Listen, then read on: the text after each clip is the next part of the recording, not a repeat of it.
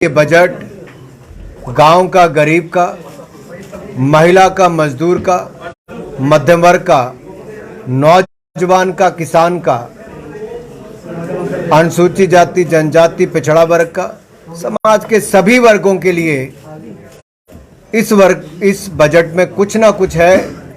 ये खुशियों का बजट है और तभी तो इसकी जो प्रशंसा देश के कोने कोने से सुनने को मिली, हर वर्ग से सुनने को मिली। मित्रों, पहली बार कैपिटल इन्वेस्टमेंट एक्सपेंडिचर जो हम कहें उसका आउटले 10 लाख करोड़ रुपया रखा गया है, जो पिछले वर्ष से 33% ज्यादा है। यानी कि इतनी इन्वेस्टमेंट कैपिटल एक्सपेंडिचर में होगी जिसके कारण देश भर में आधारभूत ढांचा तो सुदृढ़ होगा ही, लाखों लोगों के लिए रोजगार के अवसर भी उत्पन्न होंगे। इसी तरह से ही रेलवे के लिए 2,40,000 करोड़ रुपए का बजट रखा गया है और ये 2,40,000 करोड़ का आउटले आज तक का सबसे ज्यादा प्रावधान किया गया है रेलवे में। और अगर मैं 2013-14 की तुलना में कहूं तो ये 9 गुना ज्यादा है। और जम्मू कश्मीर की ही बात करूं तो जम्मू कश्मीर के लिए भी अभी तक 3 प्रोजेक्ट 481 किलोमीटर के 28,440 करोड़ रुपए के प्रदेश में चल रहे हैं। लेकिन 2009 से लेकर 2014 के बीच में जब यूपीए 2 की सरकार थी तो जम्मू कश्मीर को मात्र 1,044 करोड़ रुपया मिला था, जबकि 2023-24 में केवल एक वित्तीय वर्ष में इस बार 6,003 करोड़ रुपए का प्रावधान किया गया, जो 6 गुना ज्यादा है। इसमें 4 वर्ल्ड क्लास स्टेशन बनाए जाएंगे। अमृत भारत स्टेशन की जो हम बात करते हैं, बडगाम में हो, जम्मू तवी हो, माता वैष्णो देवी कटरा में है और उधमपुर में हो। और यही नहीं, इसके अलावा मैं राज्य की बातें बाद में, लेकिन पहले कुल मिलाकर दुनिया भर के देश जो कोविड के महामारी में चुनौतियां देख रहे थे, अर्थव्यवस्था बहुत सारे देशों की चरमराई भी, लेकिन भारत ने इस कोविड काल के समय जो मोदी जी के नेतृत्व में कदम उठाए, उसका लाभ ये देखने को मिला कि दुनिया की बड़ी अर्थव्यवस्थाओं में सबसे तेजी से बढ़ने वाली अर्थव्यवस्था आज भारत है। और इस वर्ष भी आंकलन ये है कि 7% की दर से भारत में जीडीपी की दर रहेगी। वहीं पर अगर मैं गरीबों की बात करूं तो प्रधानमंत्री आवास योजना में 3.5 करोड़ से ज्यादा पक्के मकानों की स्वीकृति हुई। लगभग 3 करोड़ के लगभग पक्के मकान बनाकर दिए जा चुके हैं। और आज तक का सबसे बड़ा बजट प्रधानमंत्री आवास योजना में 79,000 करोड़ रुपए का बजट का प्रावधान किया गया है, जो पिछले वर्ष की तुलना में 66% ज्यादा है।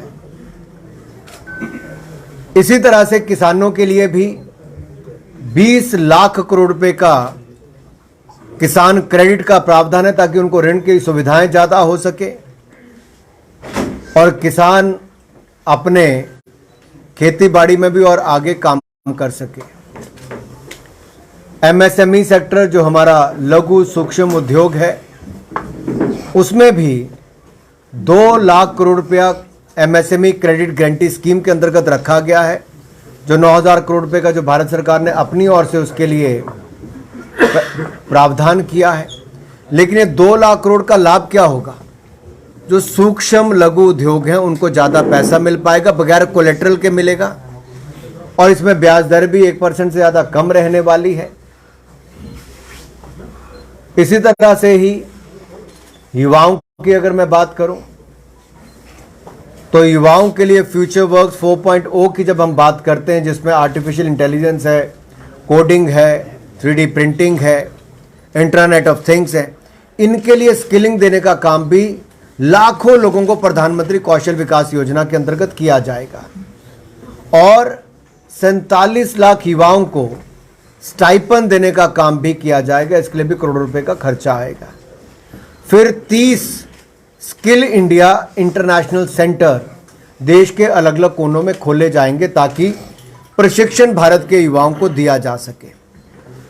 3 centre of excellence artificial intelligence के खोले जाएंगे ताकि भविष्य के जो रोजगार है उसको लेकर भी आज के युवाओं को प्रशिक्षित किया जा सके, उनको अवसर दिए जा सके। यही नहीं मित्रों, अगर अब तक का भी आप देखेंगे तो बहुत सारी ऐसी, मैं उसमें उपलब्धियों पे तो बाद में आऊंगा। मध्यम वर्ग के लिए मुझे याद है पिछली बार भी जब मैं जम्मू भी आया और उससे पहले कुछ राज्यों में और गया तो ये चर्चा आती थी कि मध्यम वर्ग के लिए क्या इनकम टैक्स में राहत कब दोगे। तो मुझे कहते हुए प्रसन्नता है कि 7 लाख रुपए तक आपको 1 रुपया भी टैक्स नहीं देना है। जो हमारे सरकारी कर्मचारी हैं या आज के भी हमारे जो बाकी व्यापारी, आपको 7 लाख रुपए तक कोई टैक्स नहीं देना है। जो आपको पुरानी टैक्स व्यवस्था के हिसाब से 33,800 रुपये देने पड़ते थे, और इसी तरह से अगर आप देखो तो 9 लाख पर पुरानी कर व्यवस्था के हिसाब से आपको 62,400 देने पड़ते थे, नई के हिसाब से 45,000 रुपये ही देने पड़ेंगे, यानी कि 5% आपको केवल टैक्स लगेगा। और अगर आप 15 लाख रुपए तक की आय आपकी है तो आपको 45,000 रुपये का फायदा इस पे होगा। अब आपको केवल 1.5 लाख रुपया ही इस पे टैक्स देना पड़ेगा, यानी कि 10% ही आप उसके ऊपर टैक्स दे रहे हो। ये अपने आप में जहां एक और लोगों की बचत की ओर भी आपको लेके जा रहा है, वहीं पर देश में पिछले 2-3 सालों में अगर आपने देखा, 2 सालों में कोविड के समय जहां एक और इनडायरेक्ट टैक्सेस में भी लगातार जीएसटी की कलेक्शन बढ़ी, कभी 1 लाख करोड़ पे भी नहीं होता था तो अब 1,60,000 करोड़, 1,50,000 करोड़, 1,48,000 करोड़ इस तरह की कलेक्शन आती है। तो वहीं पर डायरेक्ट टैक्सेस जिसको हम इनकम टैक्स बात हम सब लोग पे करते हैं, वो भी कॉरपोरेशन टैक्स, उसमें भी वृद्धि हुई है। तो कुल मिलाकर देश के टैक्स पेयर को भी लगा कि जो टैक्स का पैसा वो देता है, मोदी सरकार उसको गरीबों के कल्याण पर, देश के विकास पर खर्च करती है। और इसीलिए टैक्स में राहत भी दी गई कि मध्यम वर्ग को इसमें राहत भी मिले, गरीबों को, लोअर इनकम ग्रुप को भी इसमें लाभ मिल सके। इनकम टैक्स रिटर्न का प्रोसेसिंग टाइम 93 दिन से कम करके अब मात्र 16 दिन रह गया। आपने देखो कि रिफंड भी बहुत तेजी से वापस आने शुरू हुए। इसी तरह से ही हमने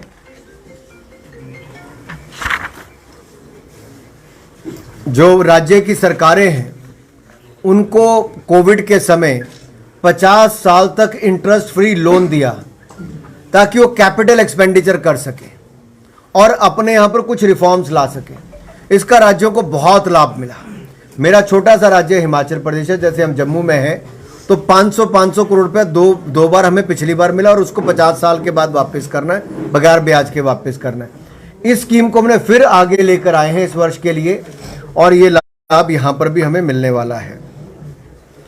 गरीबों के लिए 80 करोड़ गरीबों को 28 महीने तक बगैर किसी खर्च के मुफ्त में अनाज देने का काम मोदी सरकार ने किया। एक तरह से डबल अनाज उनको मिल रहा था।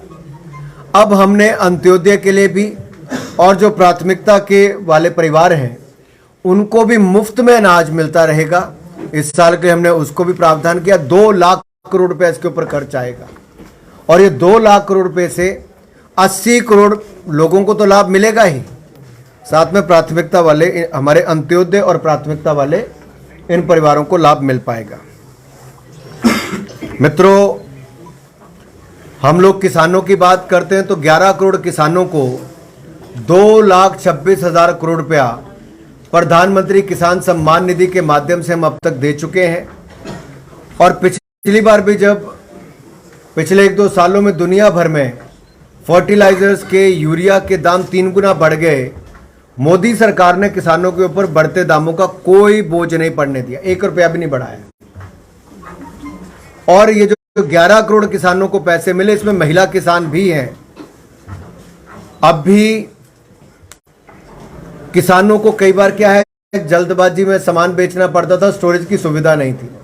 अब हम पंचायत स्तर पर स्टोरेज की सुविधा बनाएंगे। किसान जब चाहे तब अपने अनाज को बेचे जब मंडी में उसको दाम अच्छा मिले, ई नैम के माध्यम से बेचे, या बाकी कंप्यूटराइजेशन हम जो कोऑपरेटिव सोसाइटी से लेके बाकी का कर रहे हैं जिसमें 25,000 करोड़ रुपये अलग से खर्च हो रहा है, वो अलग है। तो ये डिसेंट्रलाइज स्टोरेज कैपेसिटी हम देश के हर जिला में पंचायत स्तर पे बनाने जा रहे हैं ताकि किसान वहाँ पर भंडारण कर सके। और मिलेट, जिसको मोटा अनाज भी एक तरह से कहते हैं, रागी है, बाजरा है, इस तरह से हम उसकी भी पैदावार करने के लिए उसको बढ़ावा देंगे। श्री अन्न, इसको हमने जो प्रोग्राम का नाम दिया है, अब इसमें न्यूट्रिशन वैल्यू भी है। छोटा और सीमांत किसान इसको केवल पैदा करता है, इसकी एक्सपोर्ट भी ज़्यादा होगी तो किसान को आय भी ज़्यादा होगी। मत्स्य पालन के ऊपर भी, यानी कि फिशरीज के लिए भी 6,000 करोड़ रुपए की एक सब स्कीम अलग से लेकर आए हैं। जैसा मैंने कहा, 20 लाख करोड़ रुपए हमने पशुपालन, डेयरी और मत्स्य पालन इसके लिए रखा है ताकि हमारे किसानों के साथ साथ डेयरी, एनिमल हस्बेंड्री और फिशरी, इन सबको भी उसका लाभ मिल सके। मित्रों, हमारे ट्राइबल क्षेत्र चाहे जम्मू कश्मीर से लेकर नॉर्थ ईस्ट तक सभी हो या देश के अन्य राज्यों में भी, ट्राइबल्स के लिए विशेष तौर पर 740 एकलव्य स्कूल बच्चों के लिए खोले जाएंगे। 3.5 लाख ट्राइबल बच्चों को इसका लाभ मिलेगा।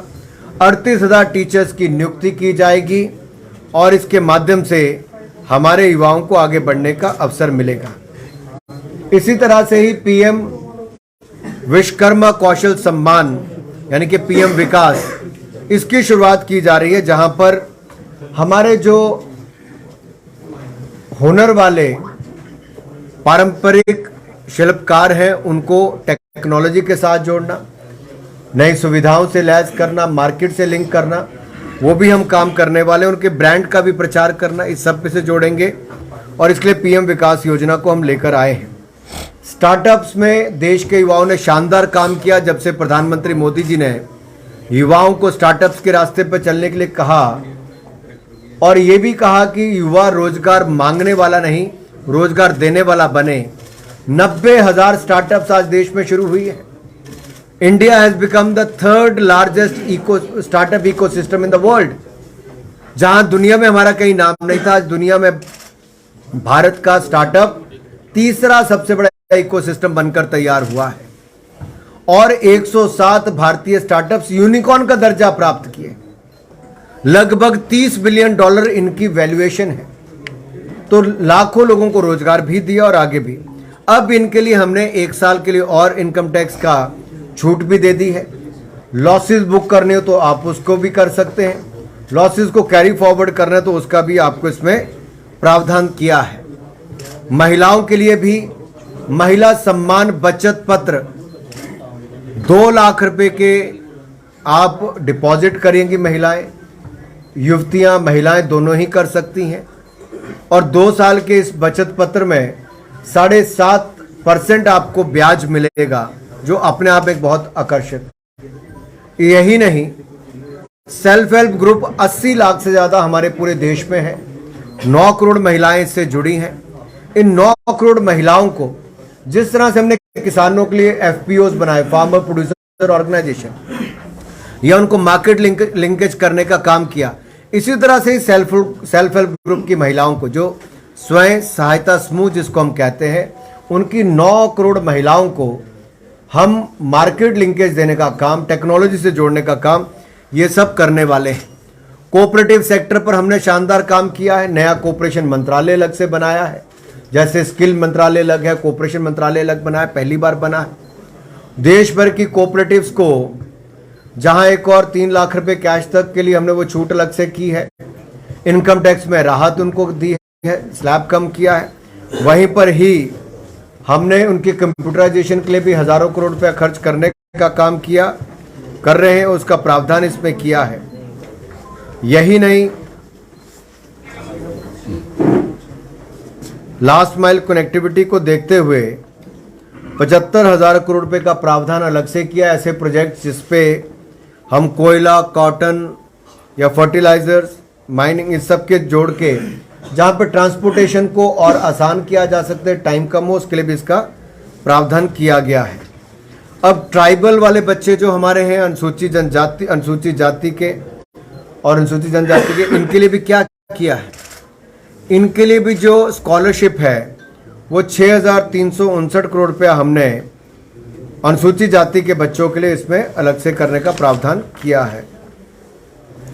शहरी जो सुविधाएं हैं उसमें शहरी आवश्यकताओं को देखते हुए, क्योंकि देश की लगभग 35% आबादी आज शहरों में रहती है और टीयर 2, टीयर 3 के जो शहर हैं, जैसे जम्मू भी हमारा उनमें से एक आएगा, 10,000 करोड़ रुपए का प्रावधान उसमें किया है कि एक नए शहरी बुनियादी ढांचा विकास कोष इसको हम बनाएंगे और इसमें रहने वाले शहरों को जो सुविधाएं चाहिए उसको भी इसमें देखकर करेंगे।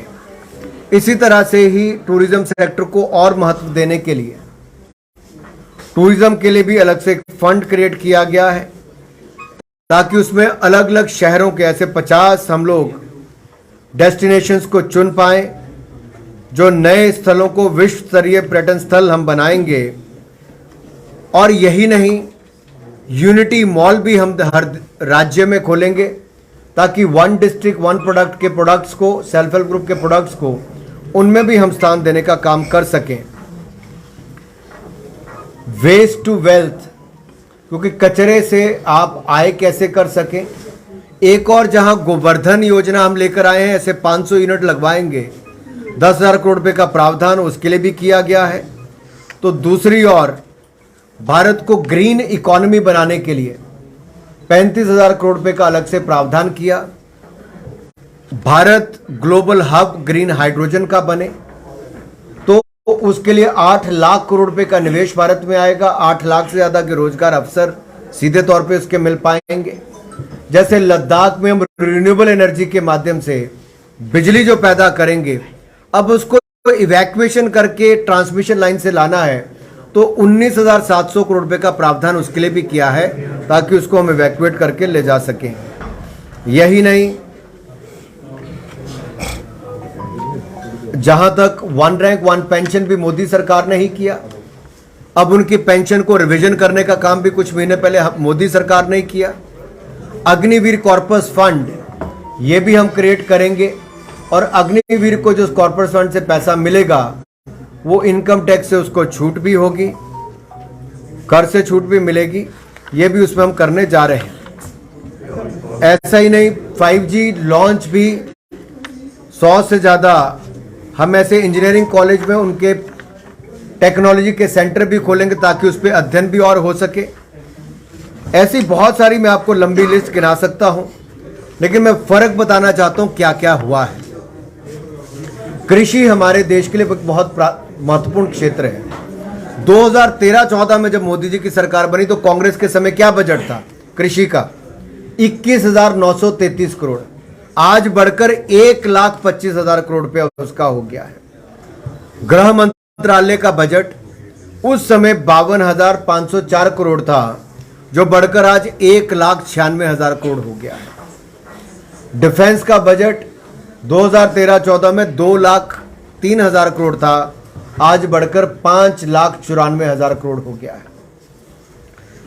रोड ट्रांसपोर्ट हाईवेज 25,859 करोड़ रुपया बजट था, जो बढ़कर 2,70,000 करोड़ रुपया हो गया है। रेलवे का बजट 63,363 करोड़ रुपया था, जो बढ़कर 2,40,000 करोड़ हो गया है। कंज्यूमर अफेयर्स का 1 लाख करोड़ रुपया बजट था, जो बढ़कर 2,06,000 करोड़ हो गया है। ग्रामीण विकास, गांव की जब हम बात करते हैं, तो 80,194 करोड़ बजट था, जो बढ़कर 1,60,000 करोड़ हो गया है। एजुकेशन 79,451 करोड़ रुपया बजट था, जो बढ़कर 1,12,000 करोड़ हो गया है। और इसी तरह से ही स्वास्थ्य का 37,330 करोड़ रुपया बजट था, जो बढ़कर 88,936 करोड़ हो गया।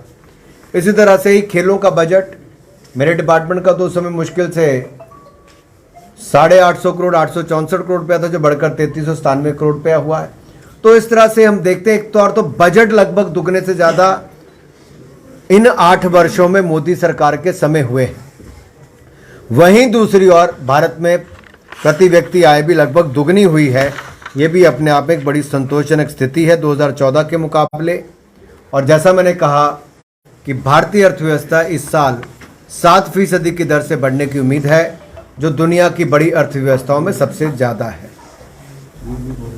आप में से किसी ने कुछ पूछना है तो पूछ सकते हैं। सर, राहुल गांधी जी ने हमला किया है इस बजट को लेकर। उन्होंने कहा है कि इस बजट को लेकर कोई भी विजन नहीं है, जॉब की क्रिएशन को लेकर कोई भी विजन नहीं है, इसमें टैकल महंगाई को करने को लेकर, और कोई भी इंटेंट नहीं है स्टेप इनइक्वालिटी को लेकर। सर, कैसे देखते हैं? देखिए, जिस बजट में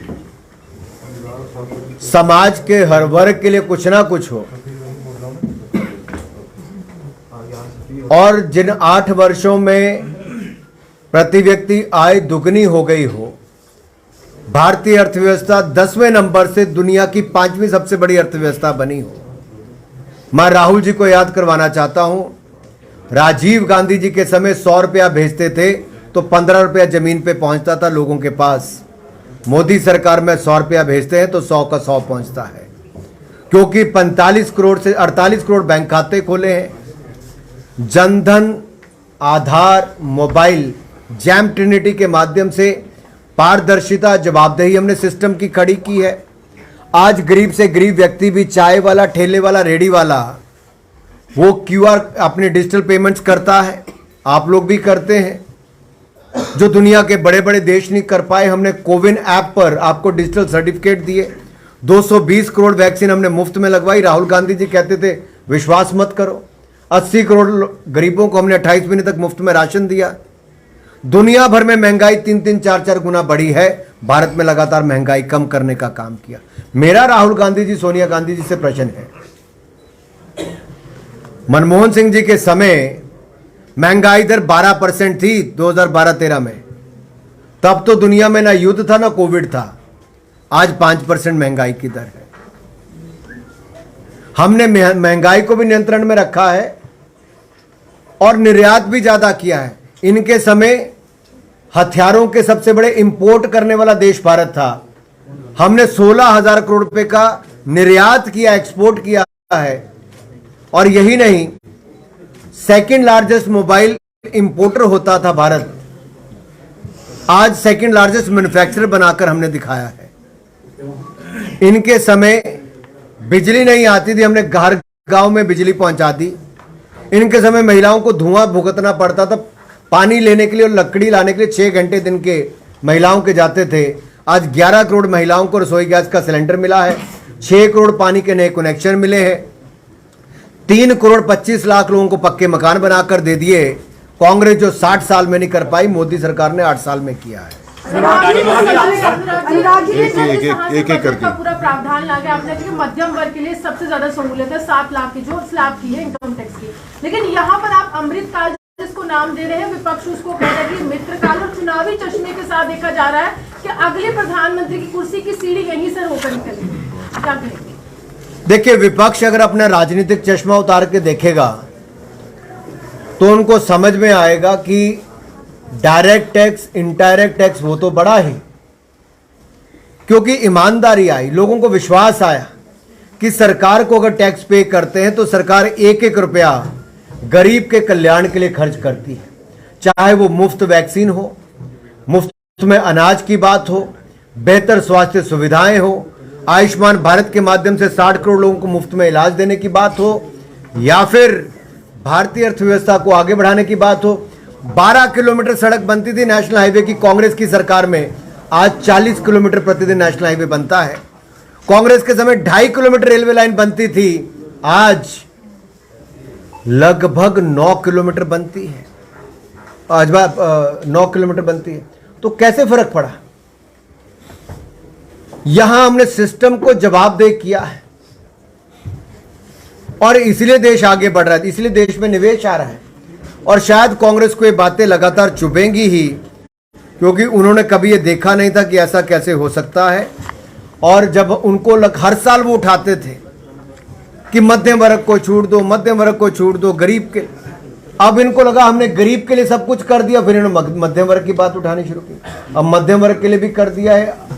अब देखिए 9 लाख रुपए वाले को अगर 45,000 रुपये केवल देने पड़ते हैं तो उसकी बचत कितनी होती है। परिवार में 2 लोग हैं, जैसा मैंने पहले कहा कि 15 लाख की आय वाले के लिए अगर इतना पैसा बचता है, केवल उसको 10% टैक्स देना पड़ता है, तो परिवार की बचत लगभग 1.5 लाख रुपए से ऊपर चले जाती है। तो कांग्रेस के पास तो जवाब कोई नहीं बचा, अभी ऐसे ही प्रश्न उठाएंगे। महबूबा मुफ्ती ने भी इस बजट पर सवाल उठाया। उन्होंने कहा कि पूंजीपतियों के लिए बनाया हुआ बजट है, इससे गरीब जनता को रंगी भर भी फायदा नहीं मिलेगा। किसको फायदा नहीं मिलेगा? गरीब लोगों को फायदा नहीं, उसे पूंजीपतियों के लिए बनाया हुआ ये बजट है और रटाया हुआ ये बजट है। महबूब मुफ्ती ने सवाल उठाया। देखिए, मैं इतना जरूर कहूंगा, जो लोग अनुच्छेद 370-35 से की राग अलापते थे, मैं तो भुक्तभोगी हूँ। हम लोग 2011 में कलकत्ता से कश्मीर तक तिरंगा यात्रा करने आए और मुझे गिरफ्तार करके जेल में डाल दिया गया कि जम्मू कश्मीर में तिरंगा झंडा ना फहराया जाए। आज मोदी जी ने अनुच्छेद 370-35 को हटाया तो यहाँ शांति भी आई, निवेश भी आया, पर्यटक भी बढ़े और हर घर तिरंगा भी लहराया है। अब कुछ लोगों की राजनीति बंद हो गई, जिनका काम केवल एक पीढ़ी के बाद दूसरी पीढ़ी का प्रदेश में कब्जे करना, जमीनों से लेके बाकी सब करना, यही काम रहता था। अब वो सत्ता से बाहर हुए तो उनकी हालत थोड़ी खराब हुई है। सही मायने में कश्मीर को, जम्मू कश्मीर को आगे बढ़ाने का काम इसी सरकार में हुआ है और आगे भी हम यही करने वाले हैं।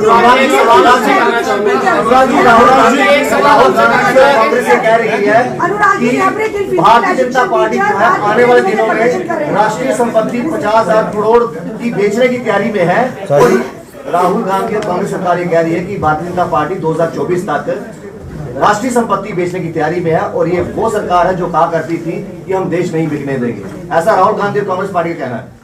नहीं, मैं आज भी कहता हूं कि जो कांग्रेस के लोगों ने देश को लूटकर खोखला कर दिया, हमने वायदा किया था 2013-14 में कि सत्ता में आएंगे, ना खाएंगे ना खाने देंगे, और उस बात पर हम आज भी टिके कि 8 वर्ष हो गए, मोदी सरकार के ऊपर कोई एक पैसे का आरोप नहीं लगा सकता। ईमानदारी के साथ सरकार चलाई है और कह सकते हैं ना देश बिकने दिया है ना बिकने देंगे। भारत को मजबूत किया है, आगे बढ़ाया है और आगे ही बढ़ाने का काम